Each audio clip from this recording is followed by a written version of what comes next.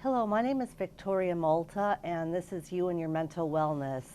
I'm the producer and host of this show, and I've been doing the show for about 4 or 5 years now.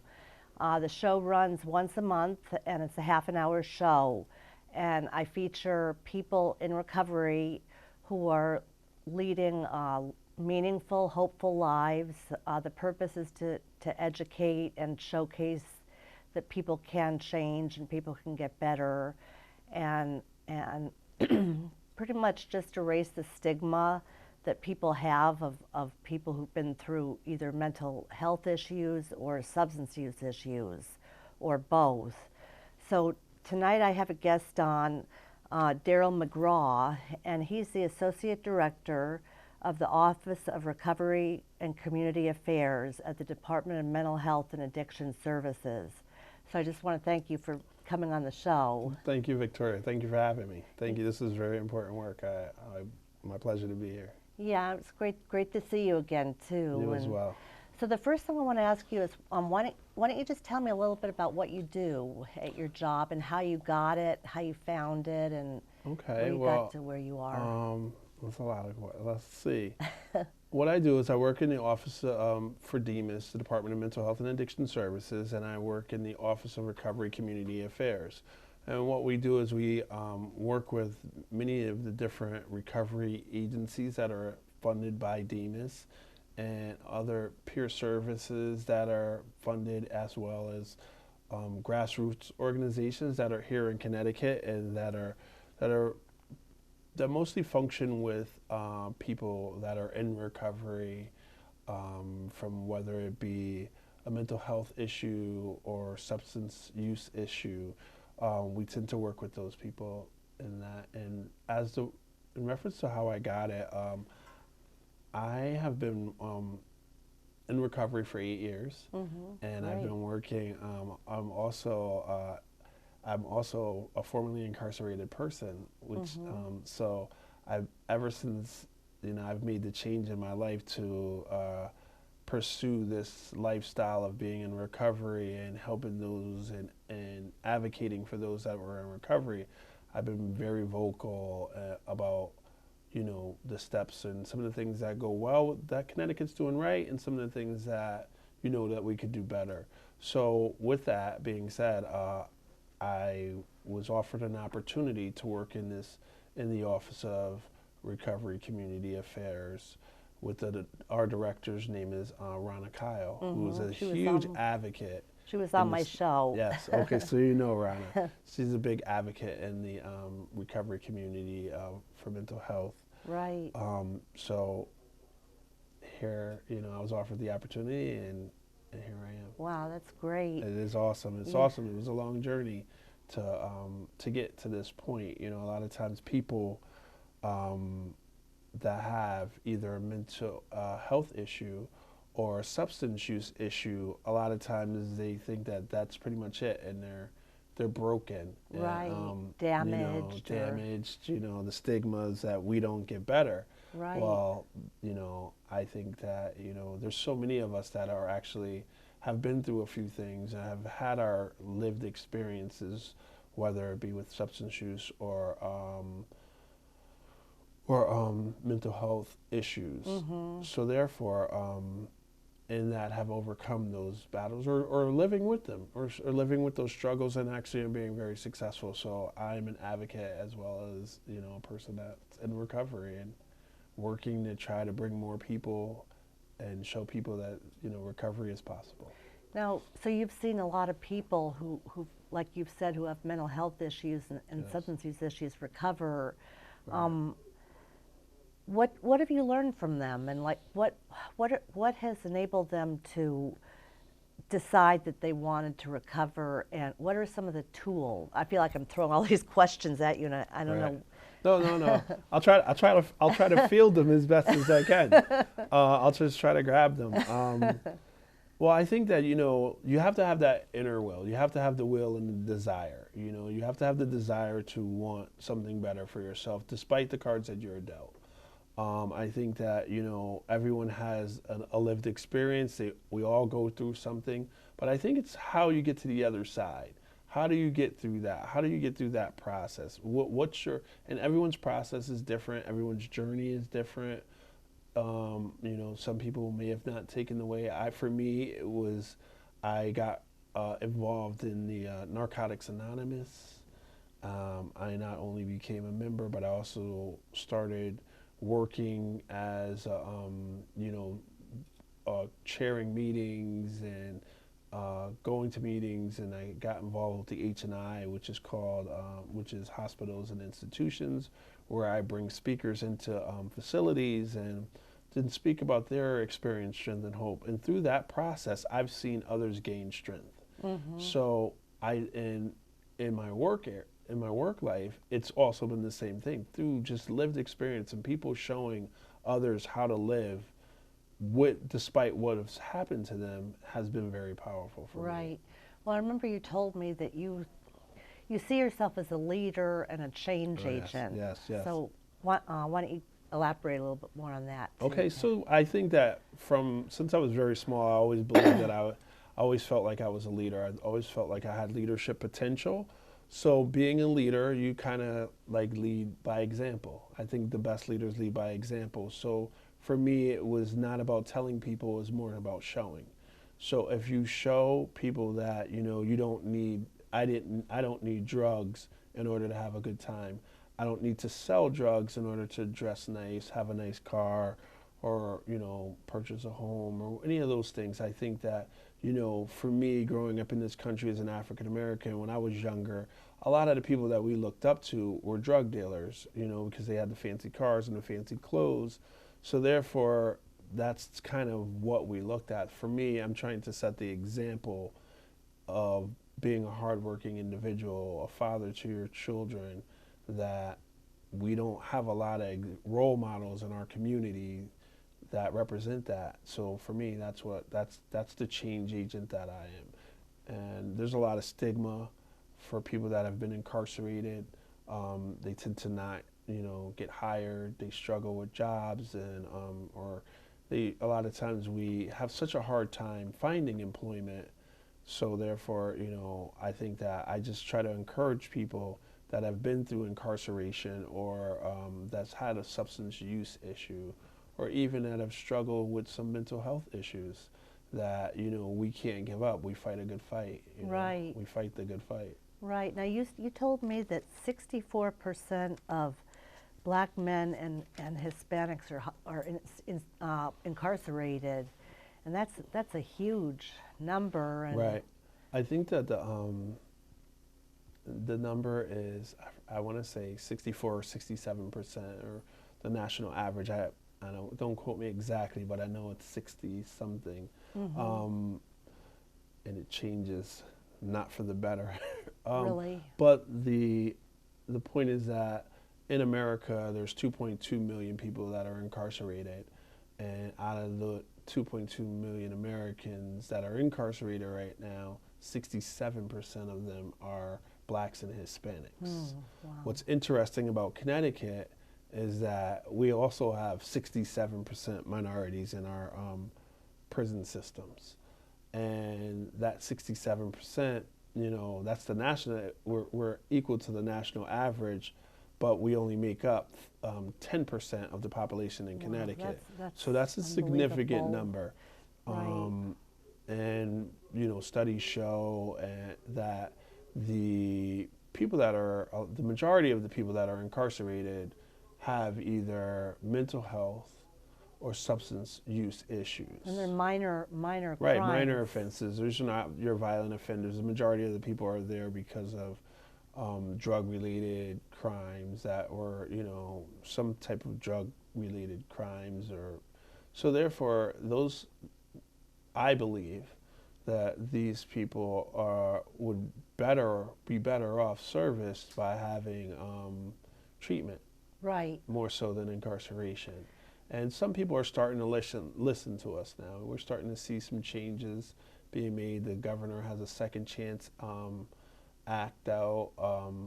The commissioner Scott Semple, has he's doing a reintegration center in Connecticut. We have a very, we have like one of the best commissioners ever Oh right yeah, she's now. great. Mary, Yep, yeah, Miriam. yep. I know her. Yeah.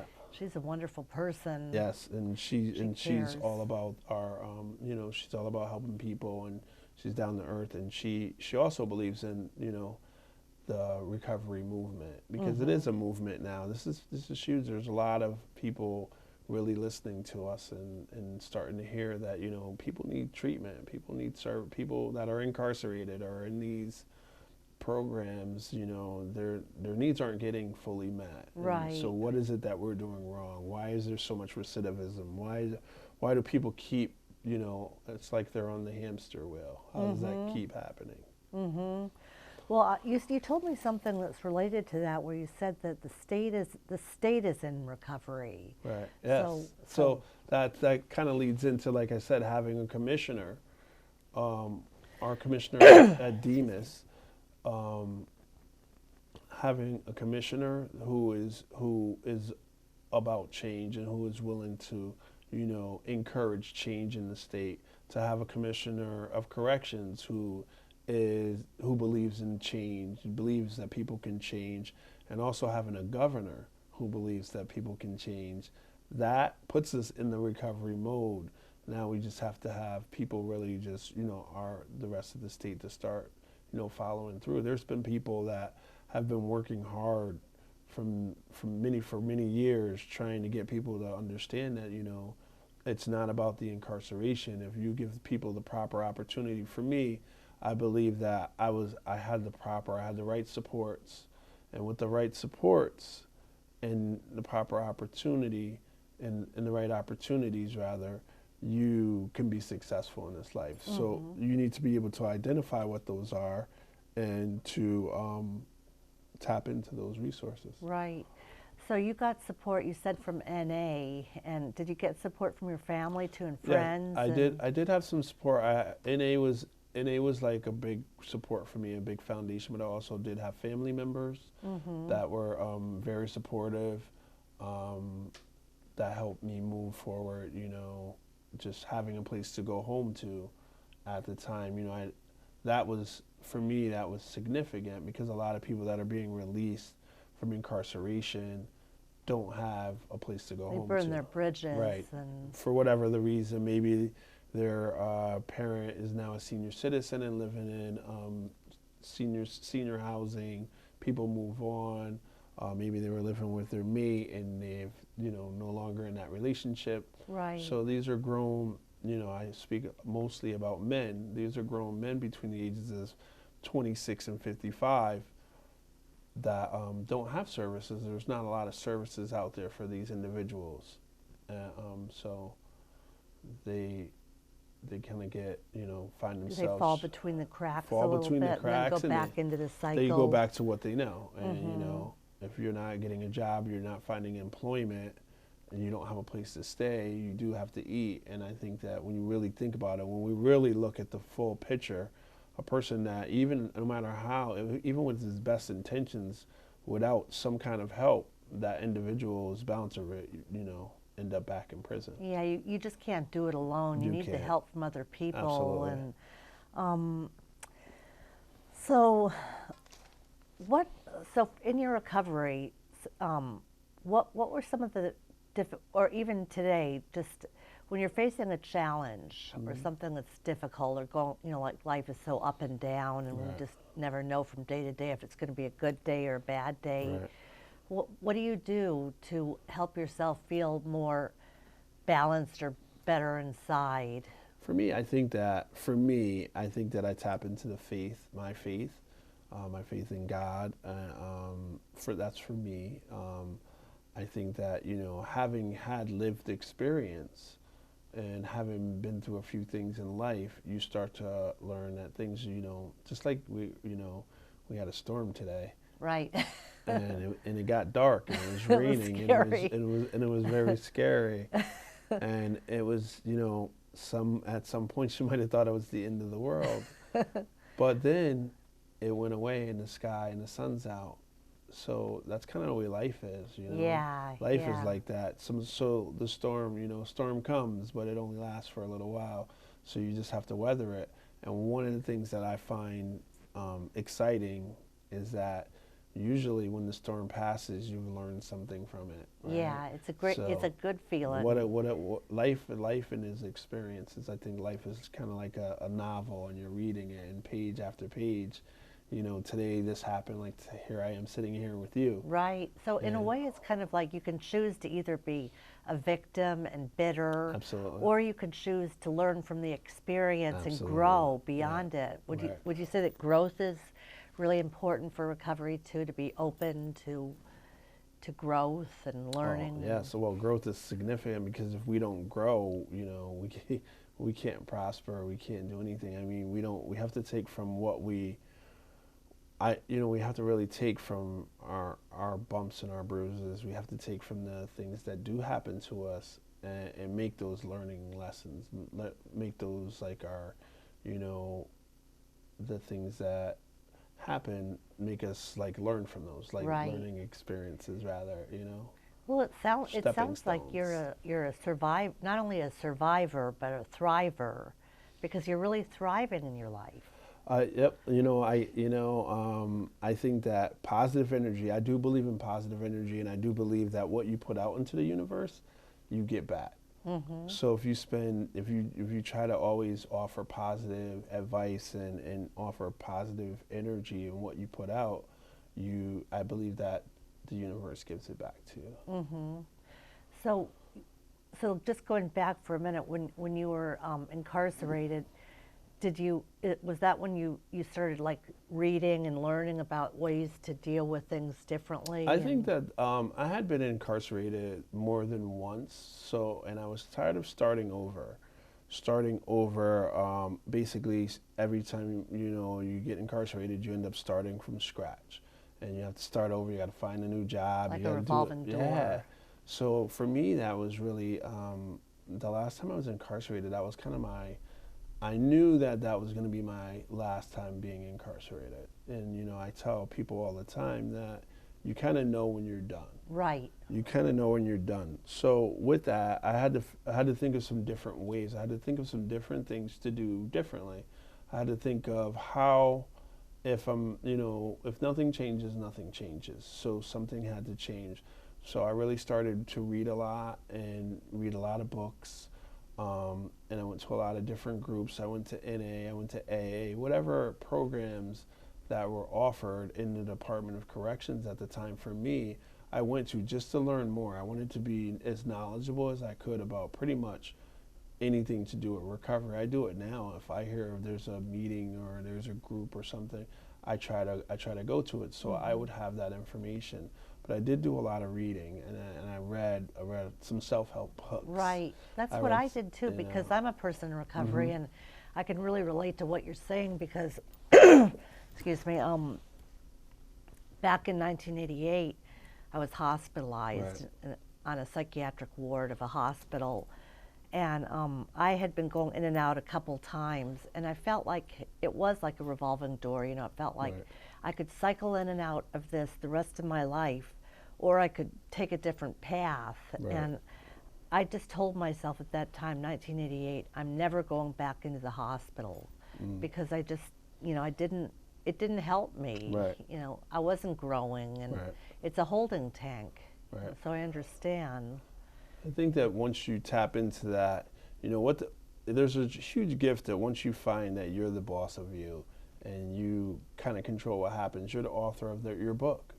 So you can stay in the hospital, you could stay sick, or you can actually really try to tap in and change the pages and change the ending. And for me, the author of this book, I wanted to change the ending because I didn't like the way the beginning started. So I wanted to change the ending of my book. So, with God's help and, a lot of positive people in my network, I've been able to change a lot of things. I've actually been able to break some barriers, and, the impossible has become possible. Right.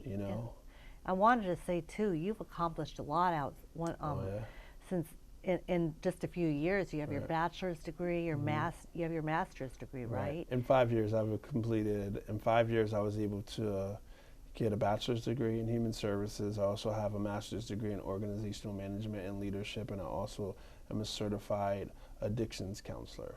So I like to encourage the people that say that, when you go to jail, people kind of give up on you. I'm sure many of my family members gave up on me, but the thing that hurts me the most is when I hear particularly men say that, when they get arrested for some minor offense, they say, well, I can do 2 years on my head. I could do a year. I could do 18 months. That's not a problem. Well, I disagree with that, because within 5 years, I was able to accomplish some things that some people that have never been in prison have been able to do. Right. So I think that time is one of the only commodities that we have that you can't replace. When it's gone, it's gone. So Right.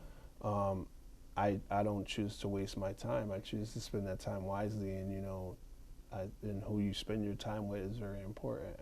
Yeah, someone else told me that too, that was on my show. They said that all people want to do in recovery is just to get on with their lives. Right, right. And they just want to move on, and they want to make up for lost time. Oh yeah, yeah. Jump ahead and accomplish things. And Right. it sounds like you were very driven and Right. to do that, to accomplish those things, and that's like an incredible amount of energy to be able to do that in 5 years.